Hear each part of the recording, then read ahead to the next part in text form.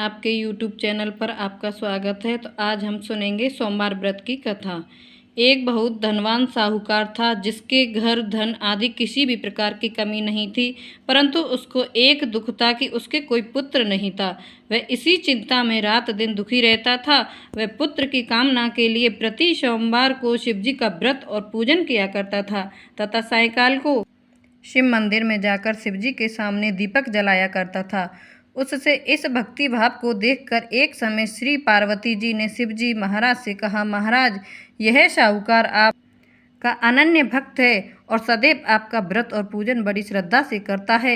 इसकी मनोकामना पूर्ण करनी चाहिए। शिव जी ने कहा, हे पार्वती, यह संसार कर्म क्षेत्र है। जैसे किसान खेत में जैसा बीज बोता है वैसा ही फल काटता है, उसी तरह इस संसार में प्राणी जैसा कर्म करते हैं वैसा ही फल भोगते हैं। पार्वती जी ने अत्यंत आग्रह से कहा, महाराज, जब यह आपका अनन्य भक्त है और इसको अगर किसी प्रकार का दुख है तो उसको अवश्य दूर करना चाहिए, क्योंकि आप सदैव अपने भक्तों पर दयालु होते हैं और उनके दुखों को दूर करते हैं। यदि आप ऐसा नहीं करेंगे तो मनुष्य आपकी सेवा तथा व्रत क्यों करेंगे। पार्वती जी का ऐसा आग्रह देख शिवजी महाराज कहने लगे, हे पार्वती, इसके कोई पुत्र नहीं है, इसी चिंता में यह अति दुखी रहता है। इसके भाग्य में पुत्र न होने पर भी मैं इसको पुत्र की प्राप्ति का वर देता हूँ, परंतु यह पुत्र केवल 12 वर्ष तक जीवित रहेगा। इसके पश्चात वह मृत्यु को प्राप्त हो जाएगा। इससे अधिक मैं और कुछ इसके लिए नहीं कर सकता। यह सब बातें साहूकार सुन रहा था। इससे उसको ना कुछ प्रसन्नता हुई और ना ही कुछ दुख हुआ। वह पहले जैसा ही शिवजी महाराज का व्रत और पूजन करता रहा। कुछ काल व्यतीत हो जाने पर साहूकार की स्त्री गर्भवती हुई और 10वें महीने उसके गर्भ से अति सुंदर पुत्र की प्राप्ति हुई। साहूकार के घर में बहुत खुशी मनाई गई, परंतु साहूकार ने उसकी केवल 12 वर्ष की आयु जान कोई अधिक प्रसन्नता प्रकट नहीं की और ना ही किसी को भेद ही बताया। जब वह बालक 11 वर्ष का हो गया तो उस बालक की माता ने उसके पिता से विवाह आदि के लिए कहा, तो वह साहूकार कहने लगा कि अभी मैं इसका विवाह नहीं करूँगा, अपने पुत्र को काशी जी पढ़ने के लिए भेजूँगा। फिर साहूकार ने बालक के मामा को बुला उसको बहुत सा धन देकर कहा, तुम इस बालक को काशी जी पढ़ने के लिए ले जाओ और रास्ते में जिस स्थान पर भी जाओ यज्ञ करते और ब्राह्मणों को भोजन कराते तथा दक्षिणा देते हुए जाना। वह दोनों मामा भांजे यज्ञ करते और ब्राह्मणों को भोजन कराते तथा दक्षिणा देते जा रहे थे।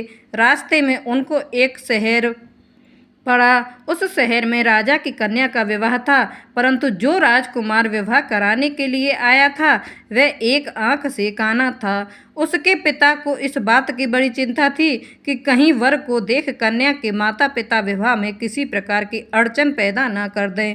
इस कारण जब उसने अति सुंदर सेठ के लड़के को देखा तो उसके मन में यह विचार किया कि क्यों न द्वाराचार के समय इस लड़के से वर का काम चलाया जाए। ऐसा विचार कर वर के पिता ने उस लड़के और उसके मामा से बात की तो वे राजी हो गए।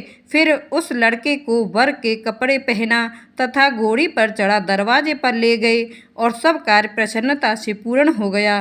फिर वर के पिता ने सोचा कि यदि विवाह कार्य भी इसी लड़के से करा लिया जाए तो क्या बुराई है। ऐसा विचार कर लड़के और उसके मामा ने कहा, यदि आप फेरों का और कन्यादान का काम भी करा दो तो आपकी बड़ी कृपा होगी। मैं इसके बदले में आपको बहुत कुछ धन दूंगा। तो उन्होंने स्वीकार कर लिया। विवाह कार्य भी बहुत अच्छी तरह से संपन्न हो गया, परंतु जिस समय लड़का जाने लगा तो उसने राजकुमारी की चुंदरी के पल्ले पर लिख दिया, तेरा विवाह तो मेरे साथ हुआ है, परंतु जिस राजकुमार के साथ तुमको भेजेंगे वह एक आंख से काना है। मैं काशी जी पढ़ने जा रहा हूँ। लड़के के जाने के पश्चात राजकुमारी ने जब अपनी चुंदरी पर ऐसा लिखा हुआ पाया तो उसने काने राजकुमार के साथ जाने से मना कर दिया और कहा कि यह मेरा पति नहीं है, मेरा विवाह इसके साथ नहीं हुआ है। जिसके साथ मेरा विवाह हुआ है वह काशी जी पढ़ने गया है। राजकुमारी के माता पिता ने अपनी कन्या को विदा नहीं किया और बारात वापस चली गई। उधर सेठ का लड़का और उसका मामा काशी जी पहुंच गए। वहां उन्होंने यज्ञ करना और लड़के ने पढ़ना शुरू कर दिया। जब लड़के की आयु 12 साल की हो गई, उस दिन उन्होंने यज्ञ रचा रखा था। लड़के ने अपने मामा से कहा, मामा जी, आज मेरी तबीयत कुछ ठीक नहीं है। मामा ने कहा, अंदर जाकर सो जाओ। लड़का अंदर जाकर सो गया और थोड़ी देर में उसके प्राण निकल गए।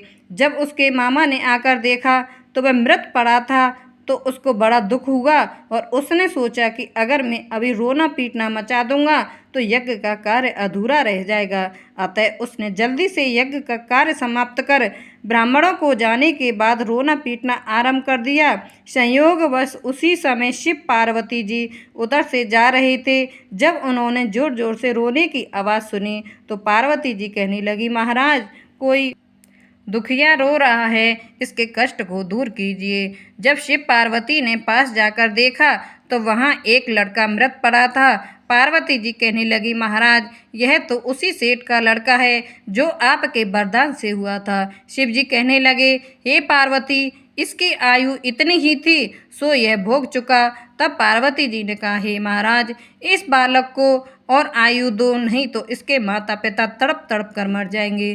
पार्वती जी के बार बार आग्रह करने पर शिवजी ने उसको जीवन वरदान दिया और शिवजी महाराज की कृपा से लड़का जीवित हो गया। शिव पार्वती कैलाश चले गए। शिक्षा पूर्ण होने पर वह लड़का और मामा उसी प्रकार यज्ञ करते तथा ब्राह्मणों को भोजन कराते तथा दक्षिणा देते अपने घर की ओर चल पड़े।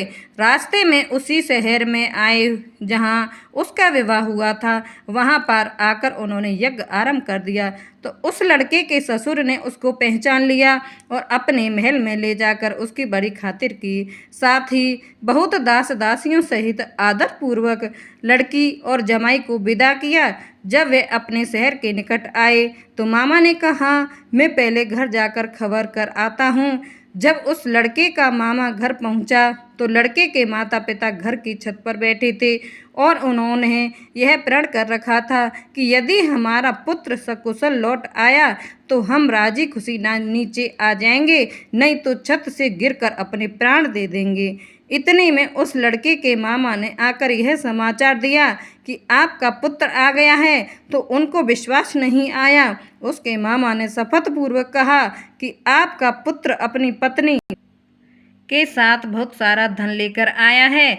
तो सेठ ने आनंद के साथ उसका स्वागत किया और सब बड़ी प्रसन्नता के साथ रहने लगे। इसी जो कोई भी सोमवार के व्रत को धारण करता है अथवा इस कथा को पढ़ता है और सुनता है, उसकी समस्त मनोकामनाएं पूर्ण होती हैं तथा इस लोक में सुख को भोग कर अंत में सदाशिव के लोक में प्राप्त होता है। बोल महादेव बाबा की जय, पार्वती मैया की जय। अगर आपको मेरी वीडियो अच्छी लगी हो तो मेरे चैनल को लाइक एंड सब्सक्राइब करें और कमेंट में हर हर महादेव जरूर लिखें। जय माता दी।